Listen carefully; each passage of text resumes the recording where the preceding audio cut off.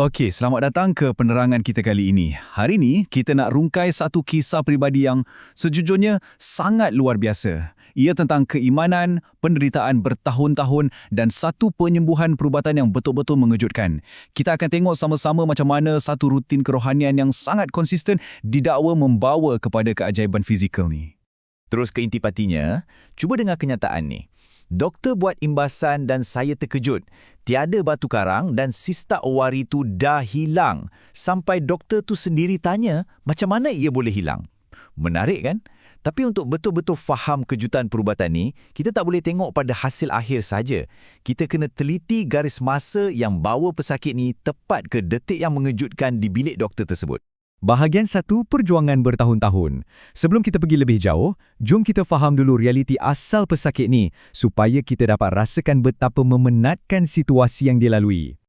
Kalau tengok perbandingan ni, kita sebenarnya sedang bercakap pasal satu perjuangan yang sangat panjang.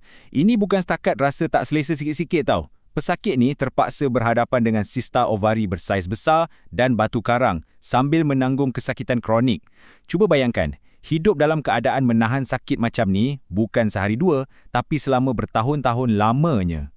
Okey, masuk ke bahagian 2, rutin ketaatan. Macam mana dihadapi penderitaan yang panjang ni? Menurut sumber kita, individu ni mula amalkan satu rutin kerohanian yang sangat intensif dan berstruktur tinggi. Apa yang saya perasan sangat menarik kat sini adalah peralihan minda pesakit itu sendiri. Daripada satu tempoh kesakitan yang tak pasti bilanya akan berakhir, dia mula rangka satu garis masa yang lebih berfokus. Daripada sakit bertahun-tahun, dia kecilkan skop kepada komitmen 37 hari, kemudian masuk fasa 15 hari, sehinggalah membawa kepada satu hari yang paling kritikal. Ia macam satu plan tindakan yang sangat rapi. Dan asas kepada semua tindakan ni terbina atas satu konsep teras ni. Fadl atau kurniaan Allah.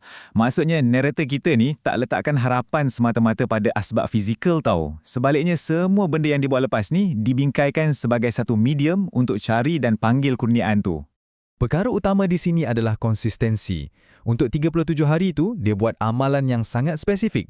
Dia baca surah Al-Baqarah sekali atau kadang-kadang 2 kali setiap hari dan digabungkan dengan selawat Ibrahimiyah. Berapa banyak? 100 kali setiap hari. 100 kali ya. Bayangkan tahap disiplin dan keazaman yang diperlukan untuk buat semua ni hari-hari.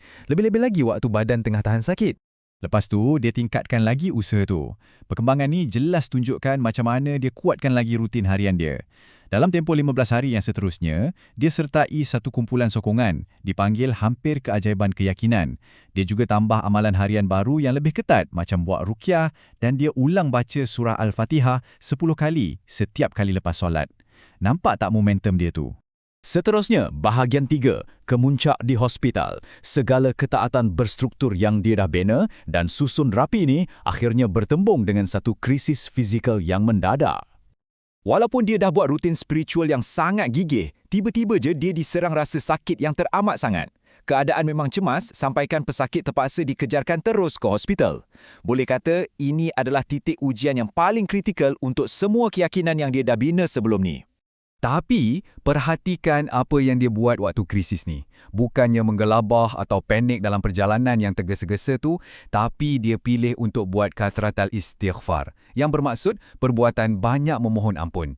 Dia terus pegang kuat pada disiplin zikir yang dia dah asah dan kekalkan ketenangan yang luar biasa. Cuba teka berapa banyak dia istighfar. 3,600 kali. Angka 3,600 yang cukup mengejutkan ini mewakili jumlah istighfar dan doa yang dia sempat habiskan hanya semasa dalam perjalanan singkat ke hospital tu. Ini satu tahap fokus yang bukan biasa-biasa untuk seseorang yang tengah mengerang kesakitan.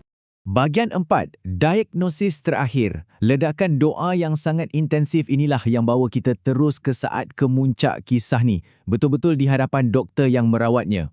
Bila je keputusan imbasan tu keluar, doktor tu betul-betul tergamam dengan kontras yang nyata ni. Sebelum ni, memang pesakit sah menanggung sista ovari yang besar dan batu karang. Tapi hari tu, sista tu langsung hilang dan batu karang pun tak ada. Doktor yang tengah bingung tu terus tanya, macam mana sista yang sebesar tu boleh lenyap tiba-tiba?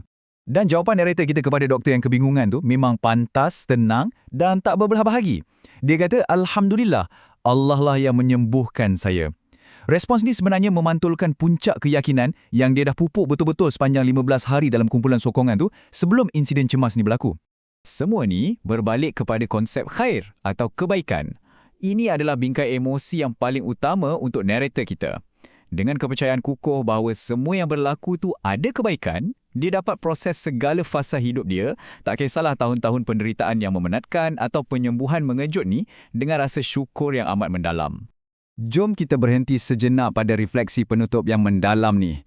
Fikirkan, macam mana kata-kata ni dengan sempurna merangkumkan perubahan individu ni daripada menanggung azab kesakitan fizikal sehinggalah mencapai satu kedamaian rohani yang tidak ternilai.